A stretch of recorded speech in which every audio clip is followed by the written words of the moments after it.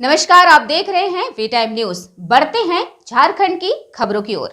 Bokaro thermal नई बस्ती के रैयत विस्थापितों ने शुक्रवार की संध्या डीवीसी के उप महाप्रबंधक कार्यालय प्रशासनिक भवन का घेराव करते हुए 3 सूत्रीय मांग पत्र सौंपा।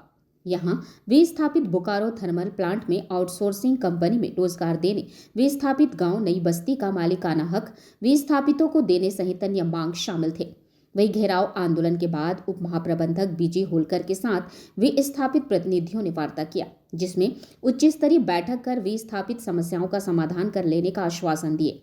साथ ही बोकारो थर्मल प्लांट के अंदर आउटसोर्सिंग कंपनियों में विस्थापित बेरोजगारों को रोजगार में पहली प्राथमिकता देने का आश्वासन दिया।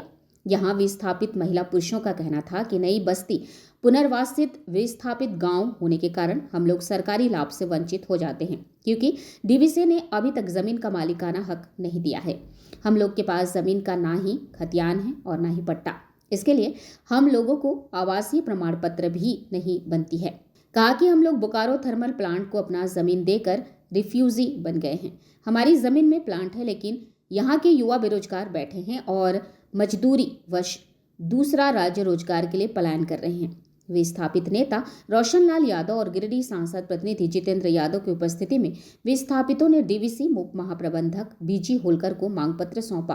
कहा है कि डीवीसी बीटीपीएस के नए ए प्लांट में आउटसोर्सिंग कंपनी टेक्नो में दूसरे राज्यों के मजदूरों को काम में रखा जा रहा है, जिस पर रोक लगाई जाए और नई बस्ती के लोगों को रोजगार में प्राथमिकता देते हुए नियोजन में रखा जाए।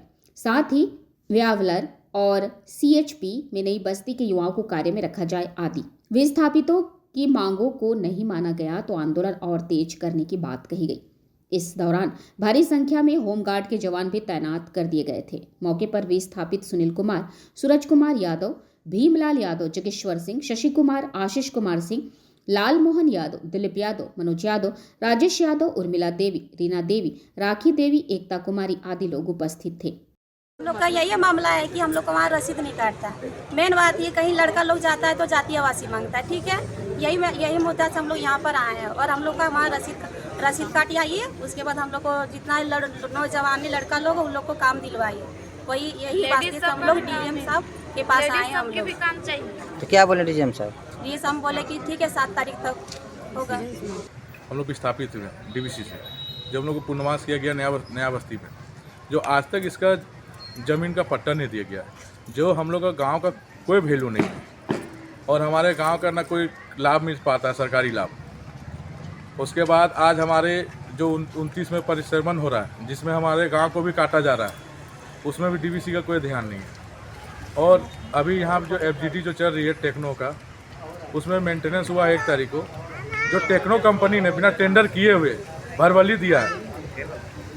उसके बाद अपना मनमानी से इन लोग गेट पास बना रहे टेक्नो कंपनी। नियोजन नीति इसमें 7 गो लिस्ट था, जिसमें 7 गो में से वो आपका सुपरवाइजर, इंजीनियर, ये सब का था, जिसमें इसमें टेक्नो में टोटल रखना 40 आदमी।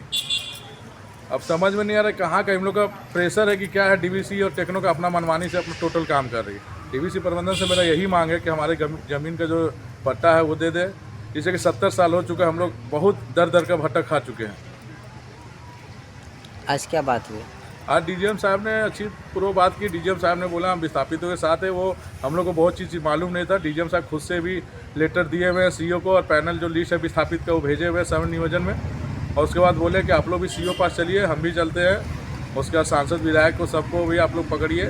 माननीय सांसद जी से डीजीएम साहब को बात भी हुआ है, डीसी लेवल में लेकर मीटिंग करवाने के लिए कि नया बस्ती का मुद्दा लेके गेट पास है वो हम रोकते हैं। और जो आपका बॉयलर का जो अभी 6 आदमी को नया रखना, उसको भी बोलें कि अभी फिलहाल अभी इसको ठप करके पहले विस्थापितों को देख के फिर आगे करते हैं। पत्र देने के लिए आए थे डीवीसी को, और डीवीसी को ये जगाने के लिए आए थे कि आपका विस्थापित गांव जो नया बस्ती है उससे आप रिलेशन बनाइए, उससे दूरी बनाने से आपका नुकसान होगा, हम लोग तो नुकसान में जा ही जा रहे हैं।